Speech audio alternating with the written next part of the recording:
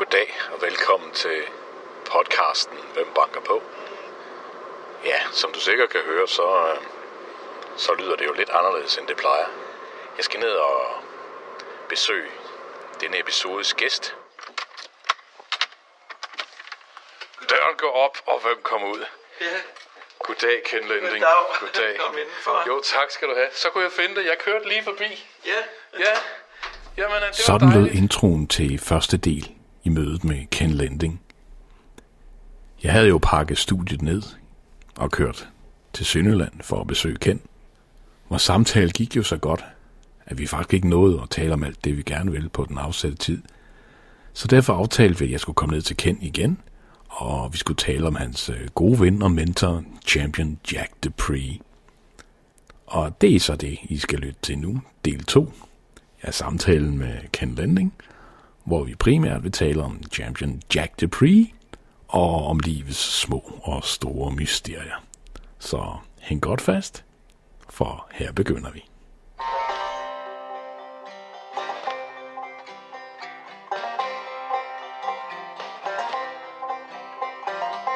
Hvem banker på? En podcast med gode historier. Fortalt af levende mennesker.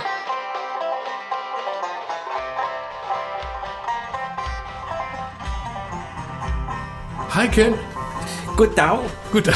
Så er jeg tilbage igen. Ej, hvor er det dejligt. Ja, vi havde jo en aftale om, at jeg skulle vende tilbage, og vi blev ikke færdige sidste gang, fordi... Nej. Ja, men det... Vi bliver jo nok aldrig færdige. Nej, det tror jeg heller ikke, vi gør. Så vi har aftalt, at den her del 2, som vi laver nu, den handler om din rigtig gode ven, champion Jack Dupree. Ja. Eller hans fødenavn, det var jo William Thomas Dupree, og han var født i New Orleans i... Var det 1909? Jeg er lidt i tvivl om... altså det stod i hvert fald i hans pas. Ja.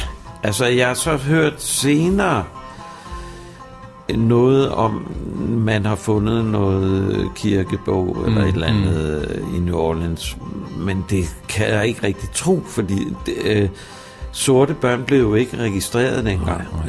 Men altså der er nogen, der påstår, han var fra 1908, men han sagde selv 1909. Ja, jeg har godt læst det. Så der er forskellige opfattelser af det. men altså det er jo også... Men skal vi ikke lige... Nu tager vi lige et ordentligt spring fra 1909 til 1978. Og dem, der har hørt del 1 af det her, der er måske lidt gentagelse i det, vi skal til at tale om. Men alligevel, det er skelsættende møde, det kan vi vist roligt sige. I Herlev, på en skole i Herlev, der er der en lille jazzklub, der holder til. Og der skal Jack, eller champion Jack Dupree, spille. Ja. Og du er inviteret med som... Ja, fordi han skulle spille med ham, der stod for jazzklubben, som hedder Peter Nissen, som spiller sådan noget New Orleans jazz, og havde et orkester, som skulle bagge ham. Og Peter havde jeg en del at gøre med lige i den periode der, og så tilfældigvis snakker vi sammen den dag, hvor Jack er hos ham. Fordi så siger han til mig, er du klar over, hvem der står ude i mit køkken og laver mad? Så siger jeg, nej, hvor skulle jeg vide det fra? Nej. Men det gør champion Jack Dupree. Nå, sagde jeg så, hold da kæft. Ham kunne jeg jo huske fra American Folk Blues Festival 1970, hvor han var udover at spille noget meget specielt blues, piano og fantastisk sanger, så var han helt vildt morsom. Ja. Og derfor kunne jeg... Han skilte sig ligesom ud fra de andre på grund af hans komik. Ja, hvad hedder det? Og så siger Peter til mig, jamen altså kom ud og tag din guitar med, fordi så kan du prøve at spille med en rigtig bluesmand. En rigtig musiker. Ja, for satan, mand. Og det ville jeg jo selvfølgelig gerne, og jeg kørte derud, og beskeden som... Jeg har jo aldrig været sådan en med de store armbevægelser. Så jeg lå min guitar ligge ude i bilen, og så går jeg ind, og så sidder Jack nede i hjørnet, kan jeg godt se, han sidder der med en smøg flame og ser helt vildt hård ud. Og så kommer Peter, han kommer mig i møde og siger, hey, du skal lige hen og hilse på Jack. Så siger han, this is Ken, og he's a good guitar player, og så kiggede Jack bare på mig, og så sagde han, where are your guitar at? Så sagde han, den er ude i bilen. Go get it, sagde han så.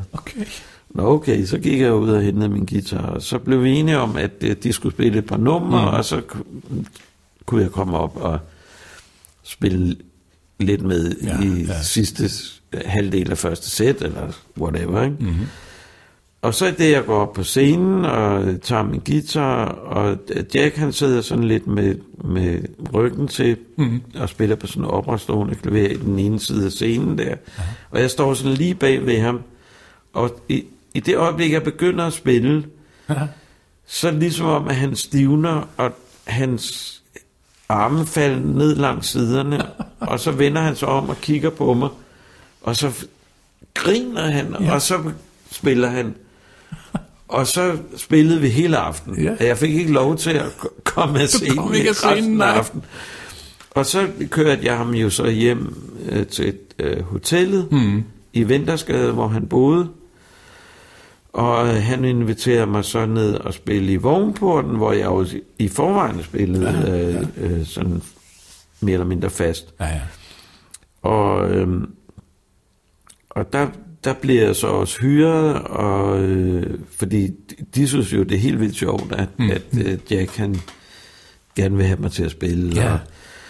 Og så i løbet af det der første halve år af 79, det var jo i slutningen af 78, det her, så kommer han så til Danmark nogle gange, hvor han så beder om at få mig på backingholdet, ikke? Ja. Og så beder de så meget om at lave samle sådan et backinghold. Og vi spiller sådan 2-3 ture i Danmark i det år der. Og så i starten af 80, så ringer han så, eller rettere sagt, hans danske manager, Inga Lindgren, ringer til mig og siger, Jack har lige ringet, at han har nogle jobs til dig i Frankrig, og du skal med, du skal afsted på mandag. Det var sådan torsdag eller sådan noget, ikke? Og jeg var jo slet ikke gearet dengang til at rejse med tog og sådan noget. Jeg havde sådan en kæmpe forstærker, så. Men så havde jeg så hørt, at Aske Jacobi, han havde lige købt en lille Roland Cube. Ja. De var lige kommet dengang. Og jeg havde en billet til B.B. King, som endelig skulle spille i Danmark efter over 10 år eller sådan noget. Så skulle kom han til Danmark igen. Og jeg havde jo glædet mig til at skulle ind sammen med min kæreste og høre B.B. King. Men så skulle jeg jo så afsted til Frankrig, og så ringede jeg til Aske, og så siger jeg, hvis jeg må låne din forstærker, så må du få min B.B. King-billet. Og det slog han jo til med det samme, så han var inde og høre B.B. King, og jeg fik en lille forstærker med. Okay. Så, og på tur i Frankrig, og jeg vil sige, at allerede på de ture i Danmark, der fandt vi jo ud af, at vi havde mange referencer, altså Jack og mig, selvom han var så meget ældre end mig, så vi havde det helt vildt sjovt sammen. Og for eksempel sådan en som Richard Pryor, jeg ved ikke, hvor mange der det siger. Skuespilleren Richard Pryor. Ja, og især stand-up-komikeren Richard Pryor. Ja. Ham kunne vi jo begge to udenad, så vi kunne sådan referere, du ved, det var godt. til hans monologer og sådan noget. Ikke? Altså ligesom jeg havde en ven i gamle dage, hvor vi begge to kunne Dirch Passer og Kjeld Petersens monologer, så kunne vi Richard Pryors. Det var godt. Så på mange måder, så klikkede det der venskab lige fra starten. Ikke? Altså, altså, jeg kan huske, når jeg havde de første ture, jeg var med Jack, når jeg kom hjem, så havde jeg ondt i kinderne af at grine, fordi, altså, og jeg var slet ikke vant til at grine så meget, når man spillede musik. Nej. Fordi i Danmark, der var folk, de var sådan meget mere sådan alvorlige med det på en eller anden måde, ikke? Altså, og især dengang, vil jeg sige, ikke? Men hvor Jack, han kom jo også fra den der vaudeville tradition, hvor man havde de der shows, hvor man både spillede musik og dansede, og der var komikere. Og når han optrådte, så brugte han meget den komik fra vaudeville-tiden der. Og så det var helt vildt sjovt at være sammen med ham. Altså, og meget interessant for mig, fordi at Jack repræsenterede jo den kultur, som jeg havde været interesseret i, siden jeg var barn, ikke? Altså, eller elsket, vil jeg sige, ikke? Fordi det var mere end en interesse. Det har jo været mit liv, siden jeg var barn. Og den der, hvad skal man sige, interesse for afroamerikansk kultur og historie, den tror jeg startede faktisk med, da jeg var en 6-7 år, der fik jeg Onkel Toms Hytte i fødselsdagsgave, og det var jo et mysterie for mig, fordi jeg havde en ven, der hed Pete, som var mulat, som man kaldte det dengang. Og der havde jeg jo altid fået at vide af de voksne, men de sorte mennesker, de kom ned fra Afrika. Okay, og sådan noget. Det var jo også med Jørgen Clevins lille sorte sambo og sådan noget, ikke? Men så læste jeg jo Onkel Toms Hytte, og det foregik jo ikke i Afrika. Nej. Og det var et kæmpe mysterie for mig i starten, ikke? Altså, jamen, hvorfor var de der, ikke? Altså, når jeg altid havde fået at vide, at de kom fra Afrika. Og så efterhånden, så lærte jeg jo også, jeg har lært Toffe Jackson der at kende som barn, som jo var ud af afroamerikansk familie, ikke? Altså, som fortalte mig om den side af det, ikke? Altså af sort kultur, som opstod i Amerika under slaveriet og alt det der, ikke? Jack blev født i New Orleans, hvor han blandt andet var kok. Han har været sømand, ved jeg. Ja. Han var barrel house musiker. Ja, altså det er jo rækkefølgen er jo, at hans familie blev udslettet af Ku Klux Klan. Hans far havde en købmandsbutik, hvor de blandt andet også solgte petroleum og sådan noget, du ved. Og hans far var, efter hvad Jack sagde, så var hans far fra det der hed Belgisk Kongo. Ja. Og var kommet til New Orleans som sømand. Og det har jeg fra Jack. Altså, hvor han har det fra, det ved jeg ikke, fordi han var kun 1 år, da de blev myrdet. Hans mor var Cherokee-indianer. Okay. Så Jack var jo halv afrikaner og halv indianer. Ja. Og det er jo også en meget almindelig blanding i det område især. Især Louisiana, fordi Louisiana var jo oprindeligt en fransk koloni, og de katolske kolonier, de var sådan lidt mere large med, at folk måtte, altså slaverne, de måtte beholde deres kultur, hvis bare de arbejdede et eller andet sted, ikke? Men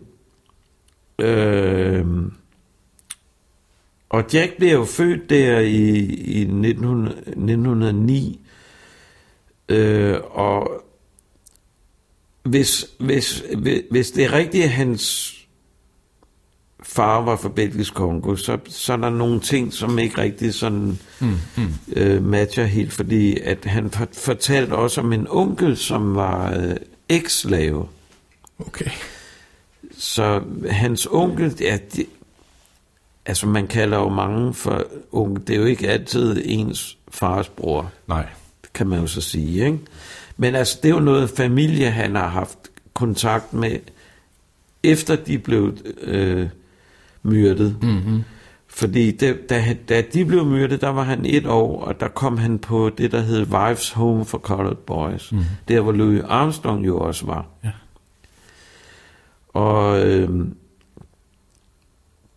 Og han lærer faktisk først noget af hans familie at kende, da han er 14 år, og bliver... altså, de kunne være på det her børnehjem, indtil de var 14 år. Ja. Og så var det ude på gaden. Præcis. Og så var der nogen, der tog sig af ham, som ikke var hans rigtige familie, og han mødte også nogle brødre, eller hvad det var. Men på det her børnehjem, der lærte de at spille musik, og de lærte sport, og de lærte at lave mad.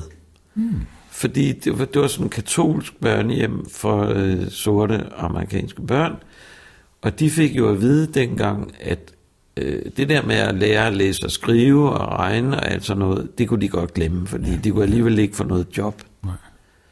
Så de skulle hellere lære noget, hvor de kunne få noget arbejde. Og derfor så lærte han jo at lave mad, og han lærte også at spille musik. Og så, da han kommer ud af det her børnehjem, så møder han så, der er så en familie, der tager ham ind fra gaden, fordi han havde ingen sted at være. Nej. Og hvad hedder det? Der er så en dame, som har en hel masse børn, som tager ham ind. Og der, allerede der begynder han at lave sådan nogle vaudeville-shows, hvor han bruger de der søstre, altså i anførselstegn, som halvsøstre, som de jo blev. Det blev jo hans søstre. Og hvis vi så springer frem til, altså hvis han er, det er jo sådan, når det er slutningen af 20'erne, starten af 30'erne, der bryder han så op, fordi at han møder jo en kvinde der, mens han bor i New Orleans, som han får en søn med, og hun dør så. Ja. Og det påvirker ham så meget, så han springer på et tog. Og det var sådan var det meget dengang, ikke? Altså så bevægede man sig til et andet sted, især som musiker, ikke? Altså, og han kommer så til hvad hedder det, Illinois. Ja. Og der går han sådan lidt rundt i gaderne, og så støder han på et skilt, hvor der står, hvor de averterer efter sparringspartner i en bokseklub. Ja, okay. Og der kan de så tjene $1 ved at få nogen på frakken. En menneskelig boksebold. Et eller andet sted. Ja.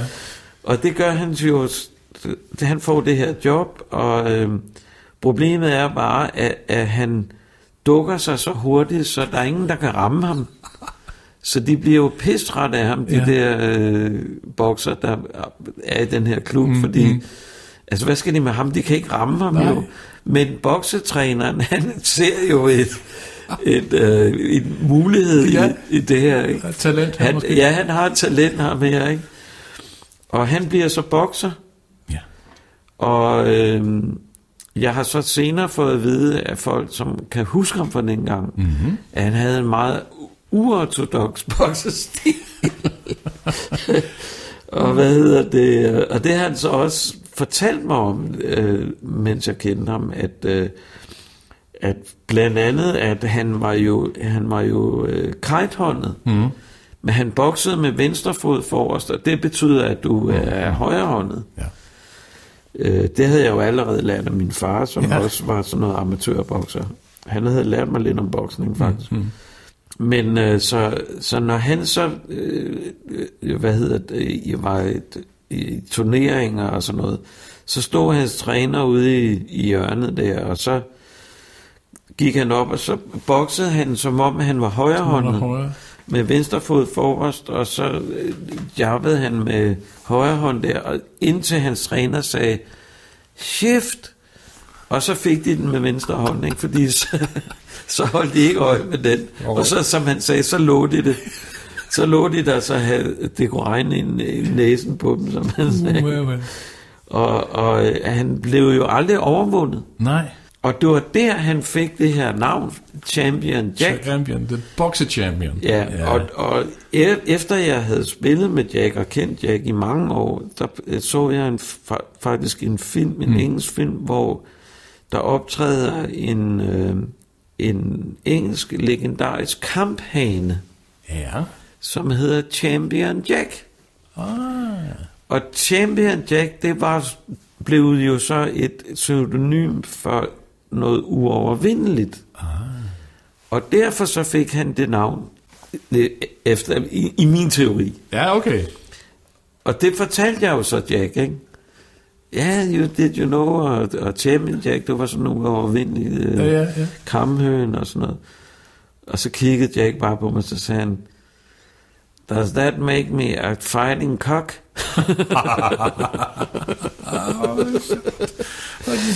og det endte sig jo med, at han boksede jo til de indledende kampe, til Joe Louis-kampene der i 30'erne. Ja.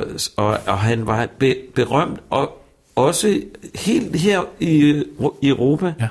Ja. Jeg lærte en ældre mand at kende i 80'erne der, som var bokser, altså dansk bokser, i starten af 40'erne der, og han fortalte jo, at der var mange danske bokser, som kendte til Jack Dupree. Okay.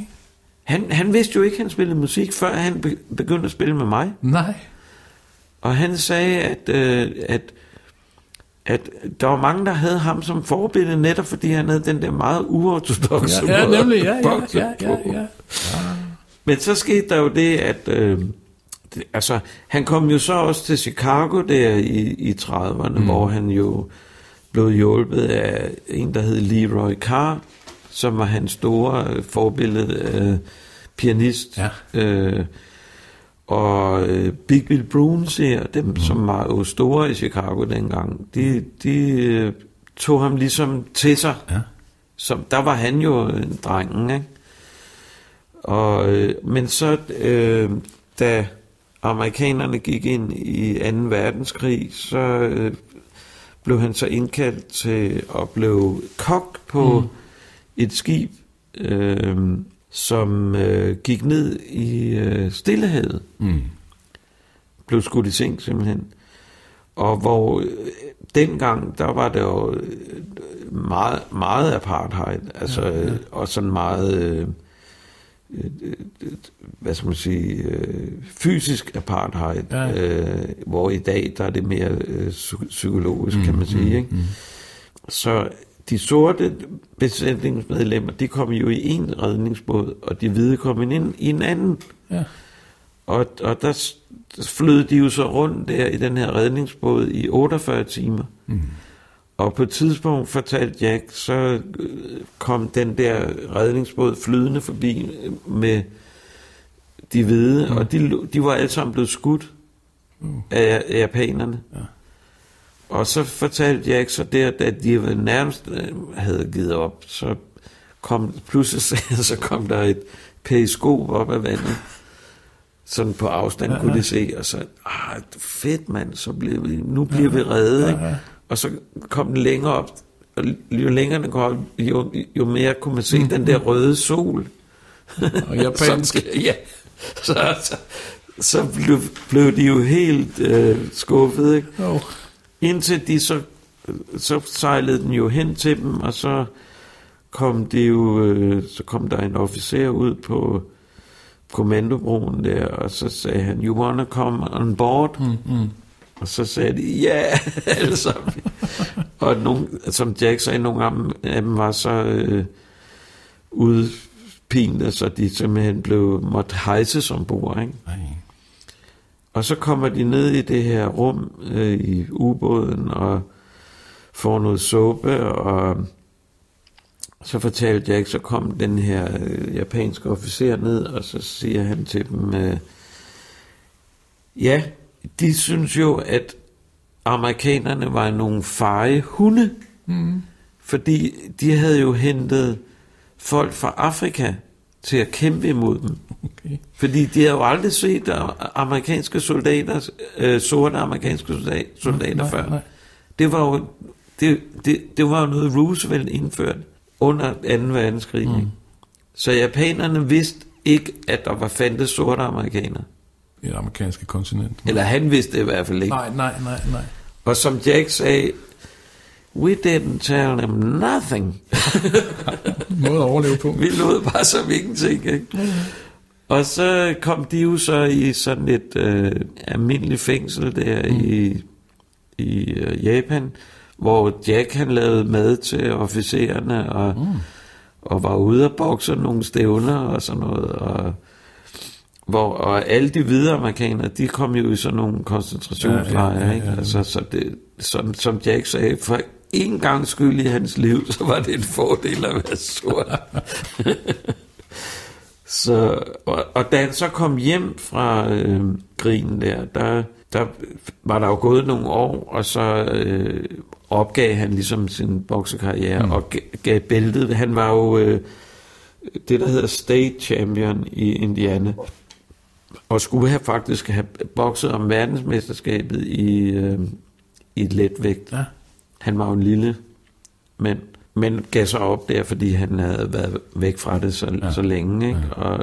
Og der begyndte han jo så at indspille for en, der hed Joe Davis, og indspillede nogle af hans, hvad skal man sige, meget betydelige indspilninger. Blandt andet en, der hed Fisherman's Blues, og nogle af de der, som gik verden rundt faktisk dengang. Ikke? Også til Sydafrika, hvor vi jo... Nu springer jeg ligesom... Jo, så efter krigen der boede han jo så i New York i en årrække, og arbejdede som kok på Shivers University, det jødiske universitet. Ja. Og så blev han så... Det i 50'erne blev han så... Og der indspillede han jo også, altså... Blandt andet den plade, der hedder Blues from the Gutter, som jo også er en af hans meget store LP'er. Den blev jo indspillet lige før, altså det er midten af 50'erne, lige før han tog til Europa. Ja. Han blev så inviteret af en engelsk bluesfestival til at komme til London og spille, og da han så skulle hjem, så det havde han ikke rigtig lyst til, fordi han var ikke så meget for den der flyvetur. Og så sagde de til ham, at hvis, jamen, du kan bare blive her, så skal vi nok sørge for, at du får noget at lave. Og det havde han jo ikke så meget. Altså bluesmusikere havde jo ikke meget at lave i New York. Nej. Altså, vil jeg så sige, i 50'erne. Nej. Der var det jo bebop. Det var det jo. Og en hel masse. Ja. Og hvad hedder det? Så han blev i England. Ja. Der fra 57 eller sådan noget. Og det var jo også der, hvor han spillede med nogle af de der Rolling Stones folkene og Clapton. Han har jo indspillet plader med Clapton, da Clapton var en dreng. Ikke? Ja. Og blev så gift med en engelsk dame og fik nogle børn, og de boede så en årrække i Schweiz også, hvor han spillede på sådan et fast sted i Zürich, som hed Afrikaner. Alle de år der, lige fra han kom, der var han faktisk en hyppig gæst i Danmark, og spillede en del med blandt andet Papa Bues band som solist, og indspillede en masse musik for det, der hed Storyville jazzpladeselskab. Ja, pladeselskab, ja.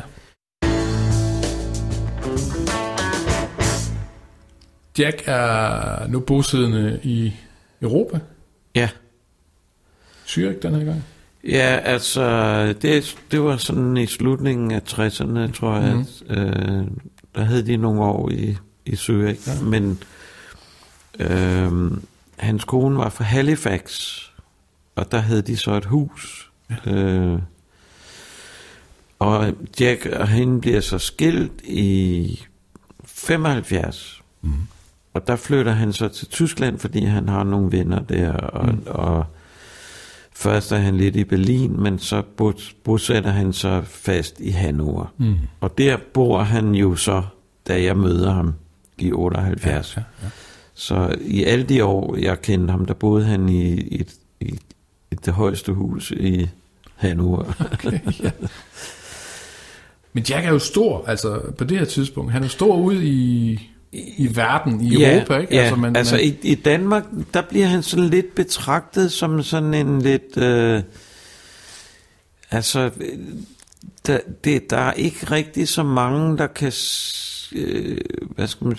se hans potentiale som musiker. Altså de bruger ham mest som sanger, fordi at dengang der havde man jo den der indstilling til at sorte folk, der kom fra New Orleans, de spillede jo jazz. Det var jazz, ja. Ja, fordi New Orleans, det var jo jazz. Ja.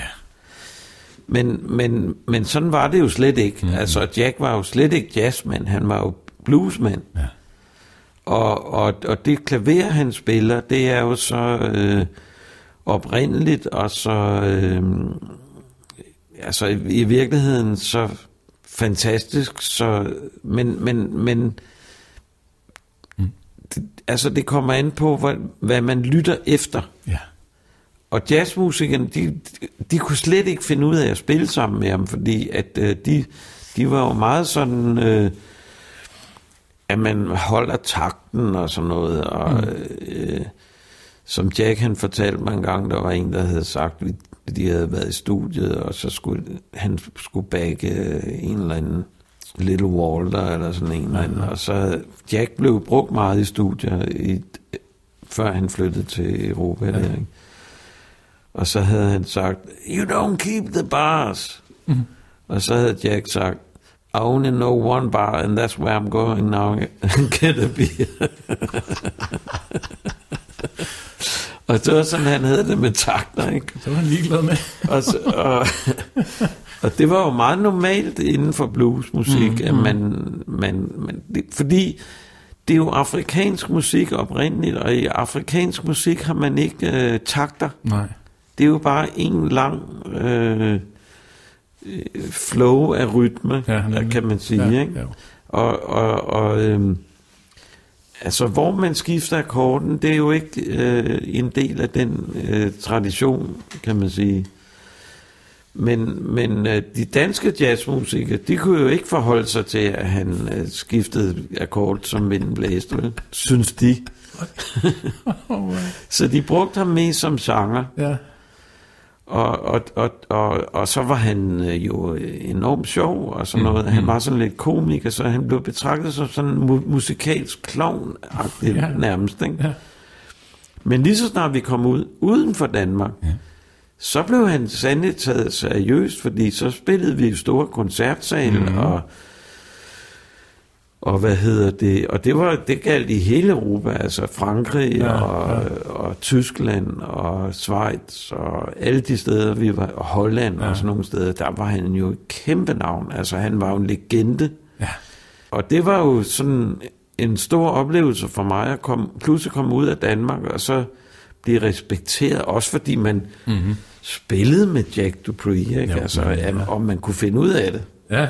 Især, ikke? Ja. Altså der var det jo sådan fra gang til gang, at han hyrede mig, og så var der en eller anden gang, hvor vi sad i en lufthavn, kan jeg huske, og ventede på, at vi skulle ud til gaten, og så fik vi en cognac. Det gjorde vi tit, når vi skulle flyve. Ja, I var begge to bange for at flyve, ikke sandt? Selvom Jack havde lød som om, at det var mig, der var en kryster. Men hvad hedder det? Så sagde han til mig, at Ken, hvis du vil spille med mig og være min guitarist, så vil jeg lære dig alt hvad jeg ved. Er du interesseret i det? Ja, det er jeg jo meget interesseret i. Fordi jeg vil jo gerne lære alt det jeg kunne om den musik, som jeg har elsket, siden jeg var barn. Ikke? Altså, og jeg har altid haft den der forestilling om, at netop det der, at de voksne sagde til mig, at man skulle være sort for at spille blues, så der har jeg altid haft den idé, at nej, det er ikke hudfarven, men det er indstillingen til tingene, og det er kulturen, du er nødt til at kende. Altså, det er ikke nok at kunne de 3 akkorder. Du er også nødt til at elske og kende den kultur, det kommer fra. Og lytte. Ja, præcis. Som du selv har sagt. Netop, ikke? Men netop også det der, at man ligesom kan identificere sig med noget, som man ikke er nødvendigvis er opvokset med. Men altså, jeg har jo gjort alt for at tilegne mig al den viden, jeg overhovedet kunne om hele den historie. Altså, hvad lærte han dig kendt? Jamen, det er meget interessant, fordi han sagde jo aldrig, hvad jeg skulle spille. Nej. Det sagde han aldrig. Men han har alligevel guidet dig, eller været en mentor, eller hvad hedder det, men det var mere som menneske, tror jeg. Altså, han var meget mere en personlig mentor, kan man sige. På den måde også, hvad vil det sige at være rigtig musiker? Altså ikke bare dansk musiker, der tager ud og spiller fredag og lørdag, men at være rigtig musiker, der turnerer i månedsvis nogle gange. Ikke? Altså, hvordan overlever du det? Altså, både helbredsmæssigt og psykisk, fordi det er pissehårdt. Altså, der er jo mange, der er sådan, du har fandme været heldig. Ja, jeg har været heldig, men jeg har også været udholdende. Fordi jeg er ikke sikker på, at der er ret mange af dem, jeg kender, som ville have kunne stå de strabasser imod, som det også krævede af mig at spille med Jack. Fordi der var store strabasser nogle gange. Det tror jeg gerne. Og netop det der med at rejse meget, og lige i starten, der sparede jeg jo lidt, fordi jeg havde jo ikke så mange penge. Nej. Men det pillede Jack hurtigt ud af mig, fordi han sagde, det nytter ikke noget, at du sparer på det, du spiser, for eksempel. Nej. Fordi så holder du ikke ret længe. Nej. Du skal have et godt, varmt måltid mad hver dag. Og en klog mand. Ja. Fordi... Jamen, det kan også, altså jeg kan jo perspektivere det her, fordi i de 14 år, når mig nu var I spillet sammen, ikke? Ja. Der har I spillet over 1000 koncerter sammen. Det er bare dig og Jack, og så skal det så hilse at sige, du spillede jo også Ken Lending Blues Band. Præcis. Og andre ting ved siden af. Præcis. Det har da været voldsomt strapasserende. Det kan jeg da ret. Det har været mange koncerter per år, ikke? Jo, men jeg bestilte ikke andet end at spille. Det gjorde jeg ikke, og mit første ægteskab der, det var jo det meste af 80'erne der, som Jack han sagde, han er sgu mere sammen med mig end med hans kone, og selv på deres honeymoon, der sov jeg sammen med ham, fordi jeg lige var, da vi blev gift der i 1981, der var Jack jo til vores bryllup der, og så dagen efter skulle vi spille på Femø Festival, og der boede vi rent faktisk på dobbeltværelse. Så det var ikke engang helt løgn, at jeg havde tilbragt mit honeymoon med Jack. Så, jo, men altså, og det var også, der var mange ting, jeg lærte af ham. Også åndelige ting. Altså Jack Dupree var jo ligesom langt de fleste af de sorte kunstnere på det tidspunkt, altså musikere og kunstnere i det hele taget. De var jo alle sammen frimurer. Ja. Det der hed Prince Hall Masons, altså den sorte frimurerkirke, eller kirke, det loge hedder det jo, ikke? For det er jo netop ikke en kirke jo. Nej. Det fortalte han jo meget om i den periode der, men i og med at jeg rejste så meget, så havde jeg jo ikke mulighed for at komme i en loge på det tidspunkt. Men jeg er så senere blevet frimurer selv, og den og det har jeg haft rigtig meget glæde af, bortset fra det. Men det har jeg fra Jack, og det har jeg fra Memphis Slim, som jeg jo også lærte at kende igennem Jack i 80'erne der. Memphis Slim boede jo i Paris, og ham blev jeg jo også meget gode venner med, og han var jo et fantastisk menneske, altså. Så der var rigtig mange ting, jeg lærte, altså ud over musikken, kan man sige. Ja. Men det hele hænger jo sammen, fordi som Jack han jo altid sagde, at hans musik kom fra den åndelige verden. Ja. Det var jo, når folk spurgte, hvad det var, han spillede, så fortalte han jo, at det musik, jeg spiller, det kommer fra den åndelige verden. Jeg tror ikke, hvis nu jeg havde været ateist, eller hvis nu jeg ikke havde kunne forholde mig til sådan noget, så er jeg heller ikke sikker på, at jeg havde kunne spille med ham i alle de år. Fordi at det betød meget for ham. Han var ikke kristen på den måde, altså i ortodox forstand, fordi at han fortalte, at da han kom ud af børnehjemmet der, som jo var katolsk børnehjem, hvor han jo hjalp til i kirken og sådan noget som alterdreng.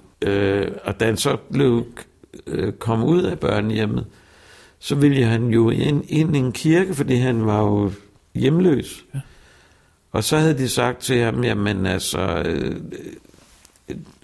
den her kirke kan du ikke komme ind i, men nede i jeres område, der ligger nogle kirker for sorte. Ja.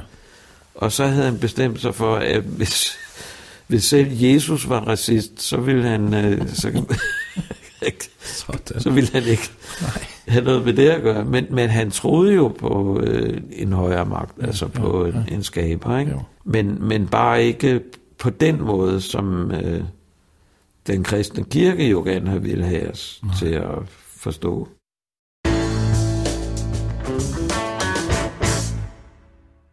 Du spiller med Jack frem til, jamen han forlader os i 92, og han er jo faktisk aktiv hele vejen op.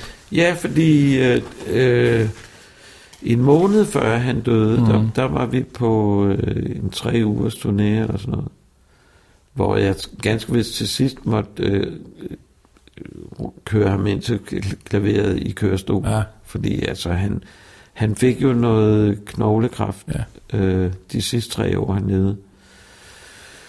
Men det var først det sidste halve år, at det var sådan, altså hvor det virkelig påvirkede ham, kan man sige, ikke? Det fik ligesom sat det i bero, og så, men det er så der i slutningen af 91, der, som de sagde, lægerne, efter den der tur, den sidste tur, vi var sammen på, der sagde de, at de fattede ikke, hvordan han havde gjort det sidste halve år, men nu var det i hvert fald slut. Ja. Og så sagde han, at så ville han bare gerne hjem. Og så var hans datter og hendes kæreste var der og passe ham, og han ville ikke spise, og han ville ikke drikke. Nej. Og så i løbet af 3 uger, så døde han. Og døde han, ja. Og det var jo ligesom hans indianer gener der, altså den der med, at man lægger sig ned, når man ikke kan mere, og så dør man bare. Lige præcis. Og jeg var jo nede og være hos ham også flere gange der til sidst, og 3 dage før han døde, var jeg dernede, hvor vi fik snakket lidt sammen, og han lå der, og du ved, vi jo ikke rigtig lært, hvordan man forholder sig til døden på den der måde, så jeg var sådan lidt, nu må du se at blive frisk, så vi kommer ud og spille, og sådan noget. Det var jo helt latterligt, ikke? Og Jack har kigget også bare på mig og grinede, og så sagde han, no, now you have to take over. Okay. Og den sad jo bare lige i solar plexus, det er klart. Hvor jeg i overvis efter tænkte, hvad havde han tænkt sig, jeg skulle gøre? Nej. Men altså, det fandt jeg jo så ud af efterhånden, ikke? Og jeg snakkede med ham dagen før i telefonen, og han var fuldstændig afklaret og rolig, og det gav jo også mig hvad skal man sige, en følelse af, at det er ikke så farligt at dø, som jeg troede.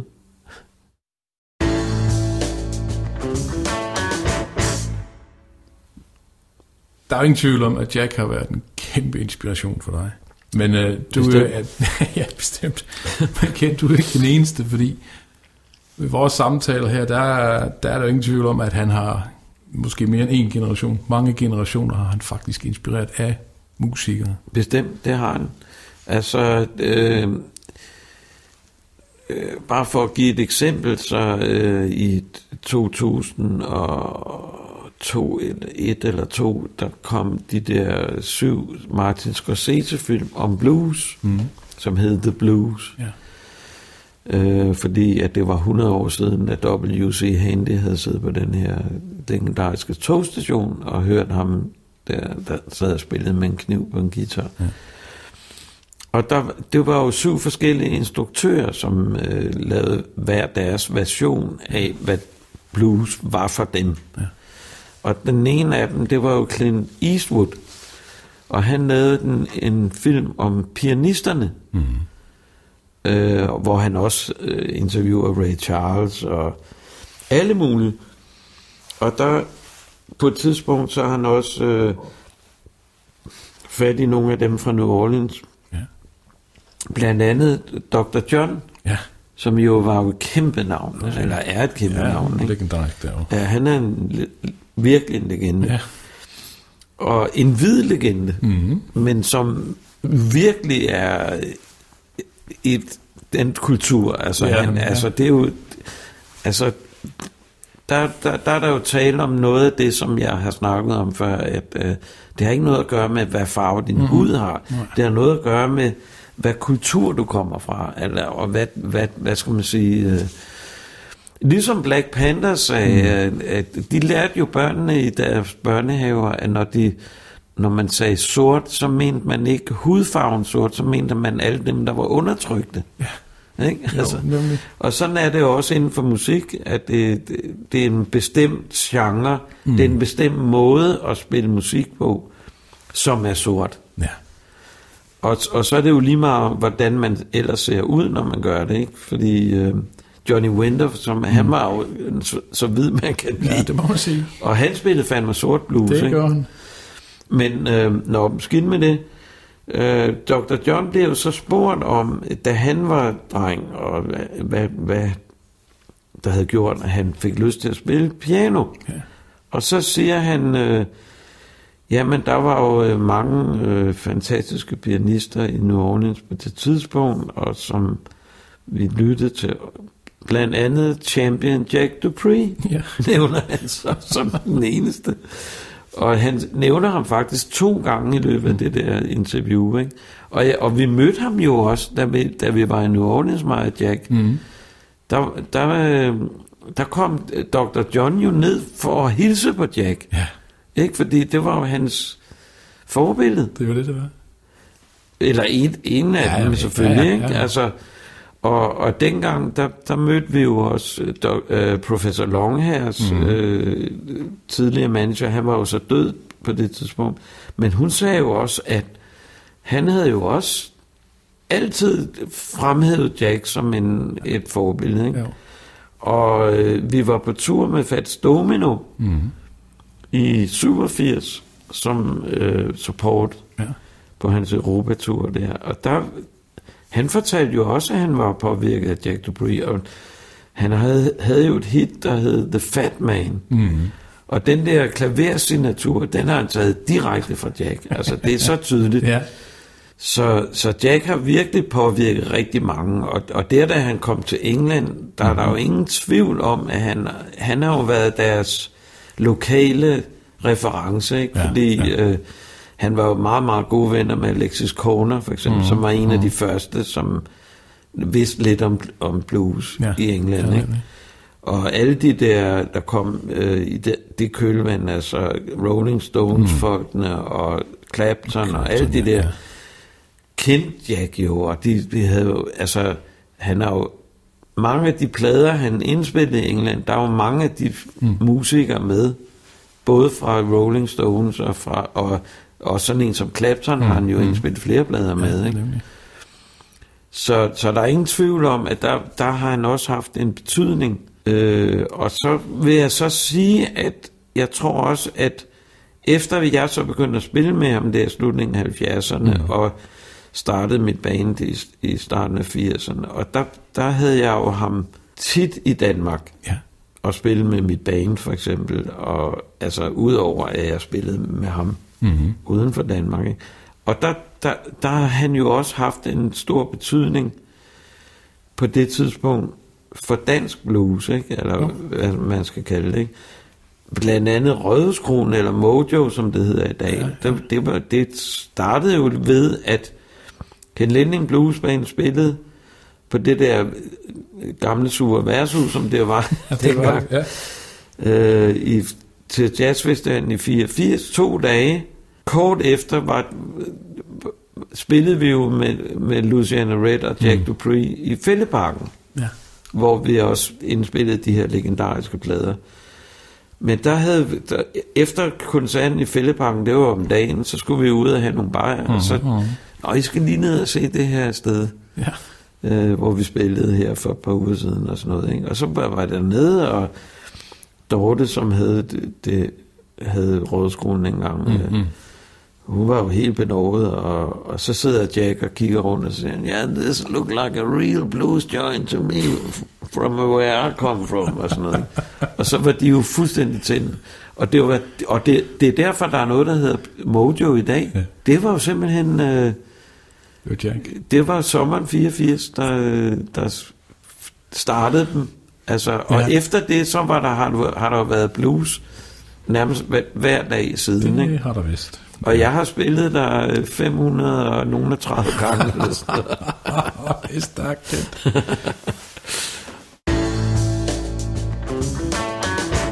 Okay, det har simpelthen været fantastisk at høre det her. Altså både om med alt det, du oplevede, og så specielt det der med Jack, det er jo helt stort. Altså jeg nåede jo lige at høre om nogle få gange i Danmark, og det var en stor oplevelse. Og som sagt, han var en stor komiker, det var han faktisk. Han var rigtig morsom. Jeg synes lige, at vi fortæller om vores tur til Sydafrika. Ja, I var i Sydafrika. Det var meget, meget specielt, fordi at første gang vi skulle derned, det var i 81, og det var jo der, hvor der var... altså, jeg vidste jo om det der boykot og sådan noget, fordi det var under apartheid og whatever, ikke? Og det var ikke så fedt at skulle til Sydafrika for mig, fordi jeg vidste lidt for meget om, hvad der foregik dernede, ikke?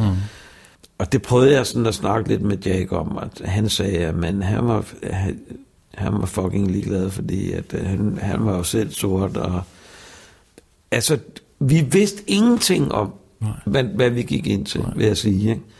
Og jeg tog med, fordi Jack ville derned, og så ville jeg jo også med, selvfølgelig, ikke?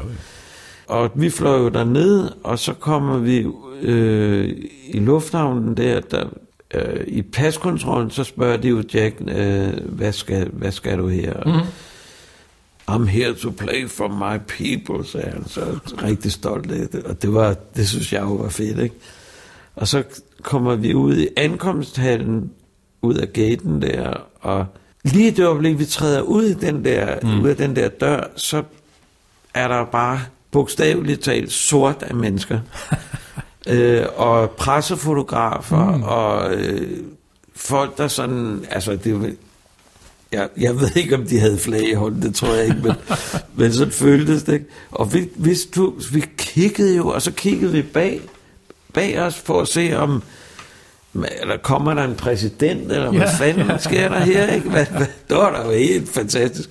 Men så viste det sig, at det var jo Jack, og Jack var jo et kæmpe navn i det sydlige Afrika dengang. Superstjerne der, ja. Og hvad hedder det? Og det anede vi jo ikke.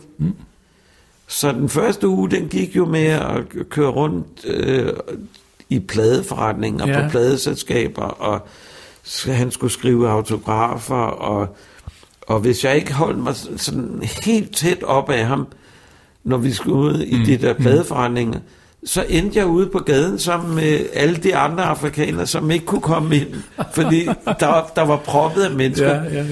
Og nogle gange så stod jeg der udenfor, der den eneste hvide mand, må jeg lige vil sige, og de var så søde, og så nogle af dem, de kiggede jo selvfølgelig, hvad fanden laver ham, den der hvide dreng der, ikke? Og så sagde de, så var der en, der sagde, yeah, this is Chairman Jack Dupree's guitar player. What, sagde de så, og så skulle vi jo tage billeder sammen, og vi kunne ikke gå på gaden, og jamen, det var helt vildt.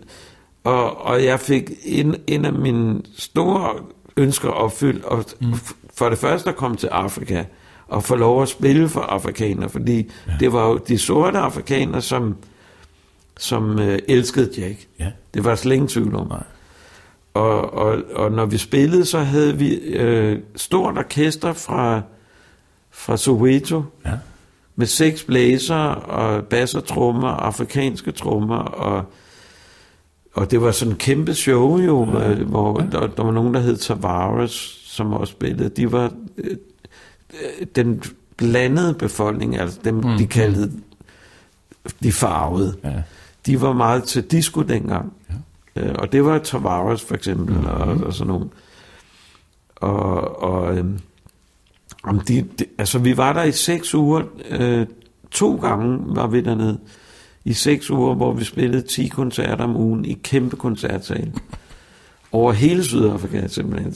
Så det var jo en fantastisk oplevelse for mig. Og det var det også for Jack et eller andet sted, fordi han pludselig fik han lov at opleve at være så elsket og så anerkendt, som han var dernede. Ikke? Altså det var jo... Og han nød det. Ja. Altså han var ikke spor bange, når folk de stemlede sammen. Han nød bare at være... Så det var en stor oplevelse. Og så vil jeg så lige sige, den anden store oplevelse, det var da vi var i USA til sidst, hvor han også fik lov at opleve, at folk havde ikke kendt eller glemt ham i USA. Det er tværtimod. Altså, og det var jo det sidste år, han levede. Vi var på den der lange tur hvor vi startede på Memphis Blues Festival, og vi sluttede på Chicago Blues Festival på den store scene. Det var godt. Det har været en fornøjelse, Kent. Det ender med, at vi får en udsendelse nummer 3 her, som så du kan fortælle det virkelig godt. Bare sige til. Så laver vi en helt tema, der handler om et eller andet specielt. Det var Kent, jeg vil i hvert fald sige rigtig mange tak, fordi at jeg må komme og besøge. Ja, men jeg siger også tak. Det var godt, det var skide hyggeligt.